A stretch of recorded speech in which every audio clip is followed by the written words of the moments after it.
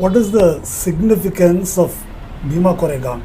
Why the Sangh Parivar is so afraid of this uprising? Basically, when Bhima Koregaon meaning the Elgar conference that was planned by Justice P.B. Sawant and Kolse Patil together, they conceived the idea and then called a meeting of activists, and the idea took shape in Elgar Parishad. And thereafter, when it was floated, many organizations came forward and joined it. So something like it is said about more than 250 organizations in Maharashtra joined it. Now these 250 organizations represent in various community terms Dalits, Adivasis, OBCs and Marathas. Marathas and Dalits politically have never come together. Yes. Okay. And that was a palpable threat.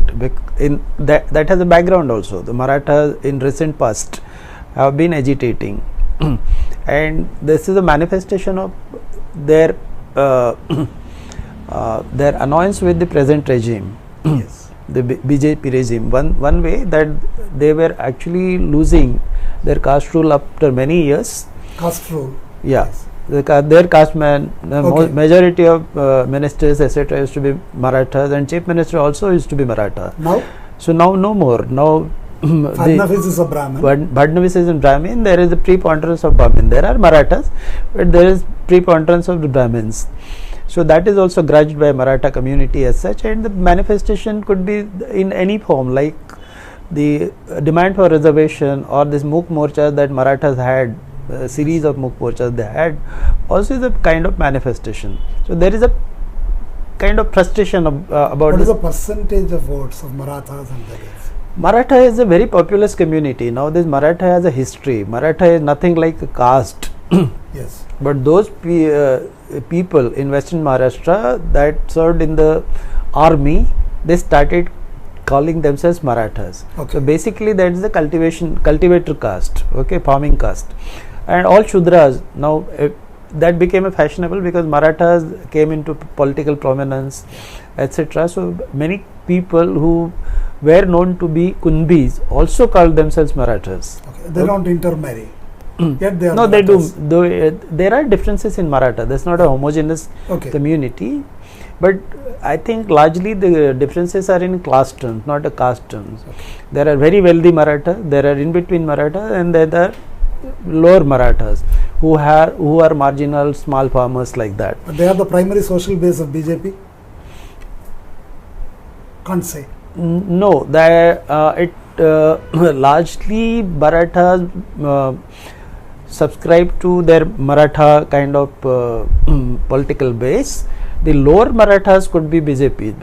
Okay. They could be divisions. Okay, so this coming together is a problem for them. So this coming together of Dalits and Marathas is a palpable threat to the BJP, and they wanted to thwart it. So in order to thwart it, they commissioned their agent provocators in the area, Milind Ekbote and Sambhaji Bhide. So Milind Ekbote runs Hindutva organization called Samast Hindutva Hindu Aghadi, and Sambhaji Bhide runs Shiva Pratishthan. Yeah. Shiva is named after Shivaji. Okay. And these people started working on that. So they picked up an idea of memorial of Sambhaji at Vadu Badruk, village called Vadu Badruk, which is just 4-5 kilometers away from Koregaon. The controversy is like that Sambhaji Maharaj, who was the son of Shivaji, was cut into pieces by Aurangzeb. Yes. And he had thrown those pieces. The folklore is that this Mahar, the Maratha pride does not allow a Mahar. No, that actually it is not that, because this is settled history. Okay. Almost settled history. Everybody agreed with Marathas. Everybody is reconciled with that history. Okay. That this person, Govind Gaikwad, had picked up his pieces and defying the emperor's verdict, brought it to his field and given him a respectable cremation. Now there are these memorials existing, Sambhaji Maharaj, and then when Govind Gaikwad died, his memorial also came along. Okay. And there was no dispute all these years. At all. There are 200, 300 years in This is between. the first time they are raising it? Yeah, this is the first time that is being raised. Okay. Where these people racked up that controversy, that it was not Govind Mahar who brought it and all this, but actually the Maratha family, some Chevalier family or something like, they projected that family to be the This is by Sambhaji Bide and Sambhaji Bide Ek Bote. They must have been working together. But this kind of preparation that went on for some 15-20 days, people came to know, on all surrounding areas, they came to know that there is something fishy going on. And even it reached Pune also. Now the question comes about, if the normal public knew such things, the government intelligence would not know. Yeah. But no, government obviously was in complicity with this plan, and they let it happen. There was a very scanty kind of police deployment for 2-3 lakhs people that thronged at Bhima Koregaon. But I have a question here. Kolse Patel and Mr. Sawant organized this. What is the role of the Dalit parties in this? Prominent Dalit party is Prakash Ambedkar's party. He runs a party called Bharipa Bahujan Mahasangha. His party was a participant. Prakash Ambedkar himself actually participated in this organization, and he was very much there. Okay. The other party, the prominent party is Athole's party. Athole's party, the Athole being with BJP, it is not expected that they were a part of this. Okay. Okay, but there are nothing like parties. There must be a cadre. It's a sort of fluid kind of formation. You know, you have to claim that you have a party to extract rent, political rent. So that is the kind of thing. But he didn't identify himself with this incident. No, he did not identify with this kind of a thing at all. And there are small outfits, etc., of which again they are not parties, they are paper kind of organization just to extract political rent. So this went on. Most Dalits subscribed to this youth, and they came in large number to Elgar Parishad. So this was the Dalit situation. Okay.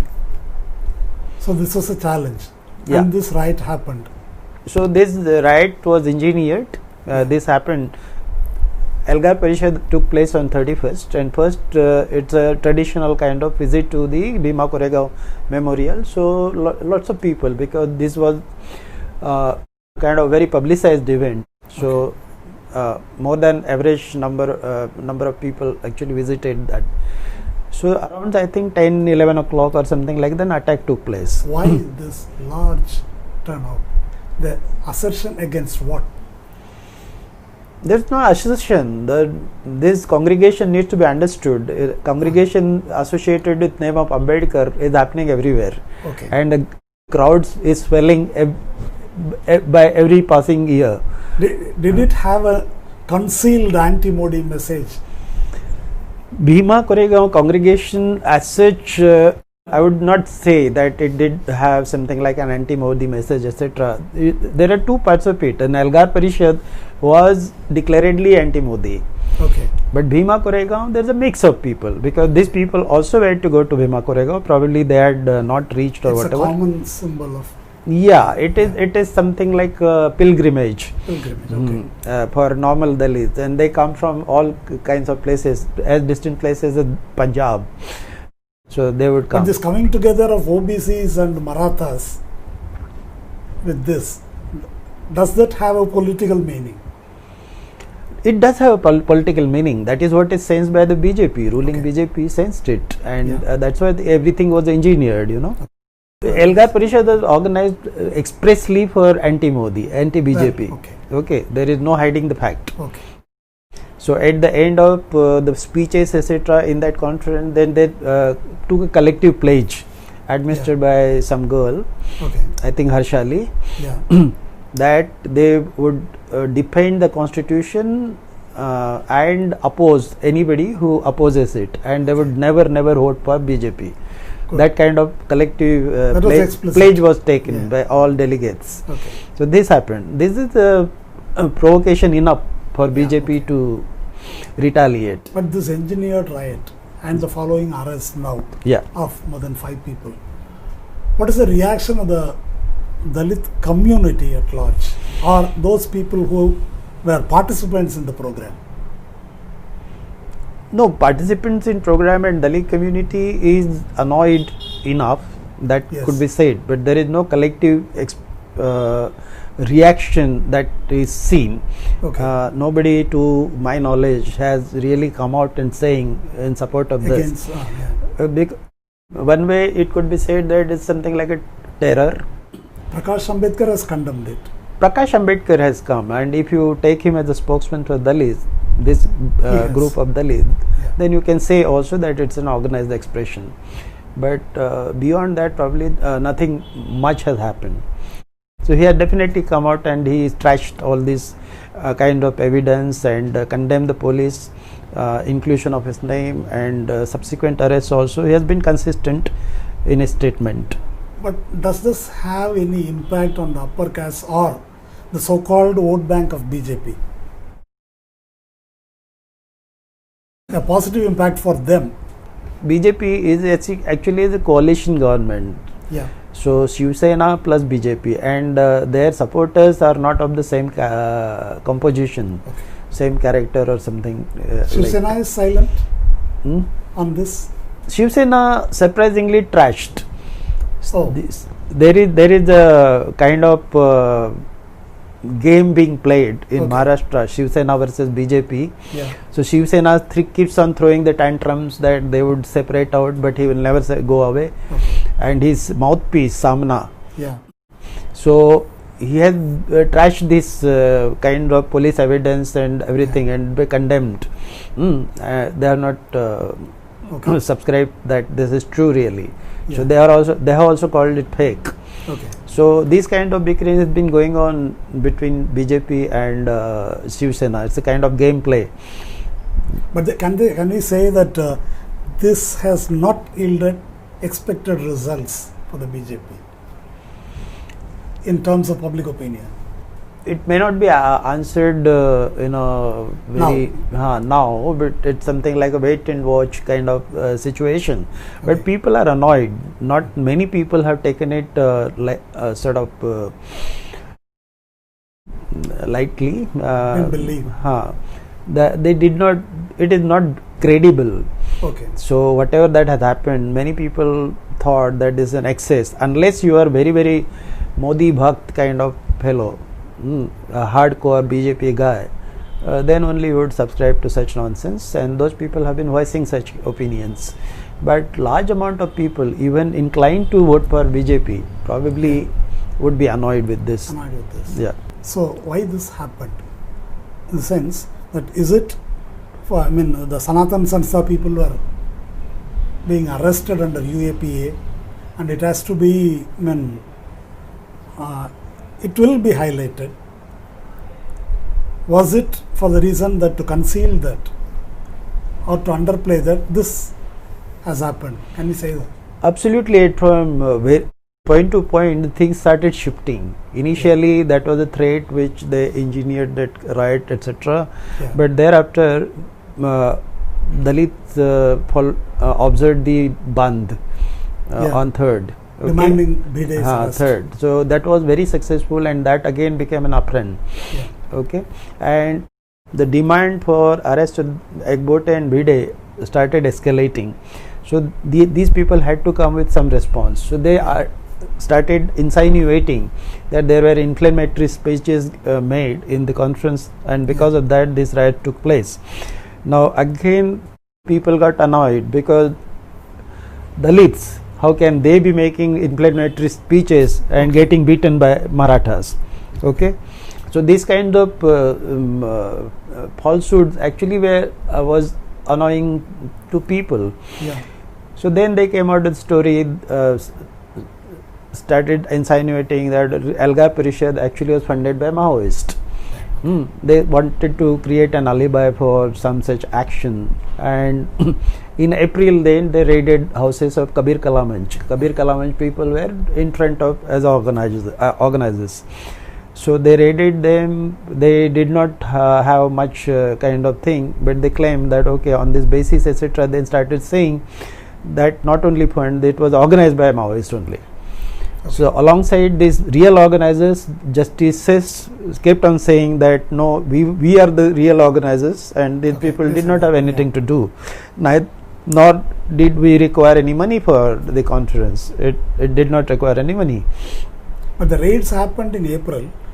Arrests come in June, when Sanatan Sanstha arrests started happening. Correct. The timing. So both these factors, like bote Bhide factor, Yes. and the Sanatan Sanstha expose, Yeah. the Karnataka, they bust kind of the Sanatan network, Yes. and it reached Maharashtra. So the Maharashtra police, which was trying to suppress this kind of thing and resisting arrest of the Sanatan goons, they had to act. So Yes. just to suppress that, then they started actually diverting with this angle, that Maoist angle. And 6 June, then there were second raids, Yeah. and the arrest took place. So the first 5 people were arrested. That took place, and there they got computers. Now in this current kind of thing, now it is a very discernible fact that they need to have a computers. Okay. And the house raids are the alibi for that, because once you get hold of computer, then you can mystify thing and kind of claim that you have extracted material from their hard disk, etc. So the same story repeated, like they came out saying, oh, there was a bigger plot. These Maoists were actually plotting something like anti-fascist front and Rajiv Gandhi like assassination, etc. And such kind of letters started getting fronted and press conference by police. And then regarding Sanatan Sanstha, they have their headquarters in Goa, their activities and how people view it. What is the connection between them and the RSS? Is it true that they have no connection? No. They do make faces like they are separate organization. They do not have any connection, etc. But the Athavale, one time he was in RSS. Then he severed relationship, so to say, he claims. The founder of Sanatan Sanstha. Yes, Athavale, Dr. Athavale is the founder of Sanatan Sanstha. And they keep on claiming that they are separate organizations, etc. But ultimately, at the level of goal, they coincide. Their goal also is to establish Hindu Rashtra. So is the case with RSS. Yeah. So I think RSS needs to be understood as a hydra-headed organization. Okay, they have at one end very reasonable looking people, liberal kind of thing. At the outset, such kind of killer gang could be there. So I don't think there is need of distinguishing and between these two. And moreover, the empirical actions prove that they are related, because What empirical action? government is hand in gloves with, because they would not catch them. It was so easy in Sanatan Sanstha, the organ Sanatan Prabhat. After Dabholkar died, there were several articles, etc., which could be construed as supporting Dabholkar's murder. Okay, it was insinuating that kind of stuff. Okay. And it used to be discussed in common papers, but nothing happened. Government never acted upon them. And even today, now entire network is burst, and the raids happened in Maharashtra, unearthing something like huge stocks of ammunition, arms and whatnot. And still there is not much of an action. Only those people had to be arrested, they were arrested, they are inside, that's it. But there is the demand to ban Sanatan Sanstha or something like take action on arresting Athavale, etc. Nothing happened. Till now, they have not entered and interrogated Jayant Athavale. Yeah. The 2019 elections, the Modi threat, and how Dalit parties view it, Dalit organizations and Dalit masses view this. Yeah, the mainstream Dalit parties, when established Dalit parties, so to say, and I would not call them parties really, the leaders. Okay. Okay, they claim and they are around for just to extract political rent. So they would be with BJP. They are with BJP. They would be with BJP. But it is not. It cannot be said the same of the people. Now Dalits are sufficiently annoyed with Modi because it has only been rhetoric, and he got totally exposed. Because every wise there has been an onslaught against Dalit.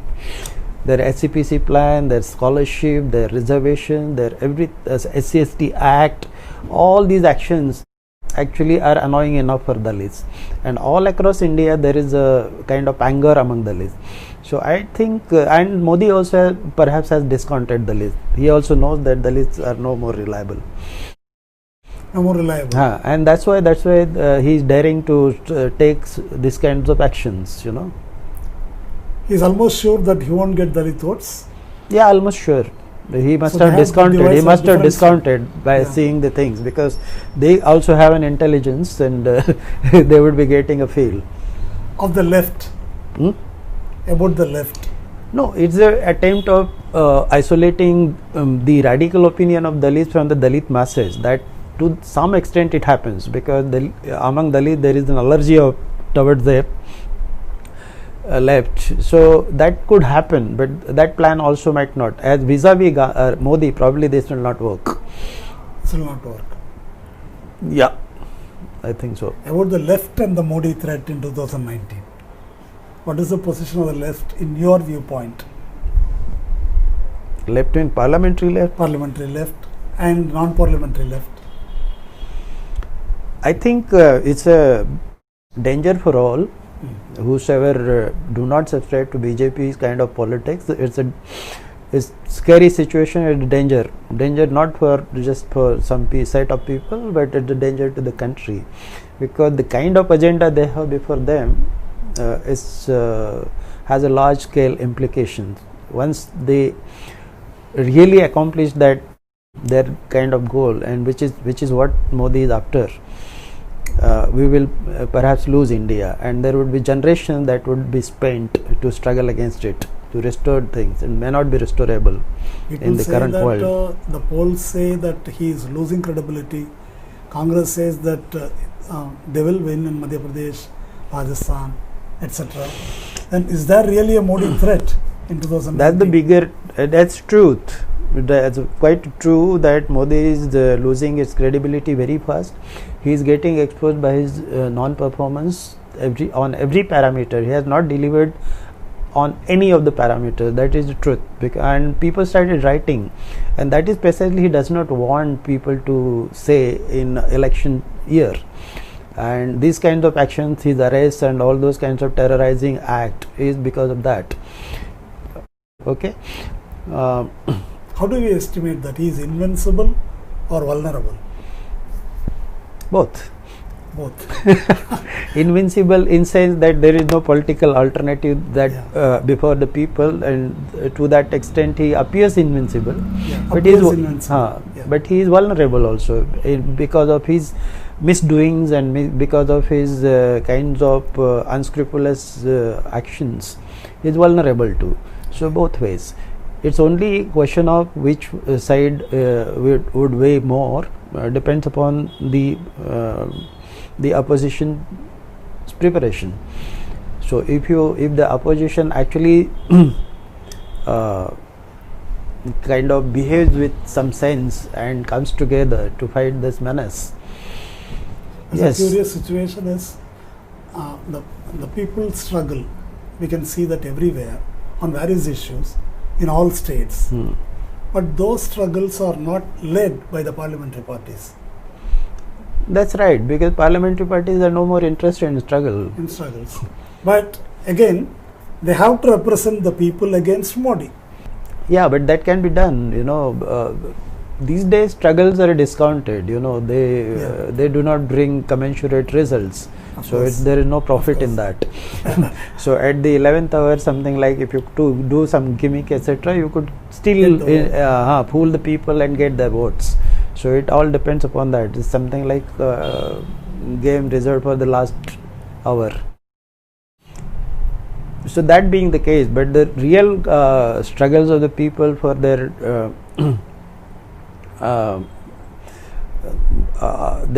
sort of livelihood issues, etc., etc., are led by activists themselves. Many a times spontaneous struggles also springing up because there is nobody to lead. So this is the phenomena world over. It's not confined to India. I think elsewhere also you would find the similar things happening, and the leaders emerge, as it happened in Gujarat, for instance. Jignesh Mevani's emergence is, could be said like that. It was not. It did not have a shape and size, but some way some people take a lead. It is just a spontaneous way. People throng together, and a leader is born. And we have pathetic, struggling masses on the one side, and these unreliable anti-Modi political parties on the other side. We want to bring these two forces together. How this will happen? It's a challenge. But one need not be pessimistic that it will not happen. Probably people are realizing by every passing day that this needs to be accomplished. Some way one hopes that sense would prevail on them, and these people would cobble up some kind of alternative, because this imminent danger needs to be thwarted. There is no doubt about it. For them also. Otherwise, it's too big a thing. For them also, for them also. Their survival also is at stake, but they have not realized it enough.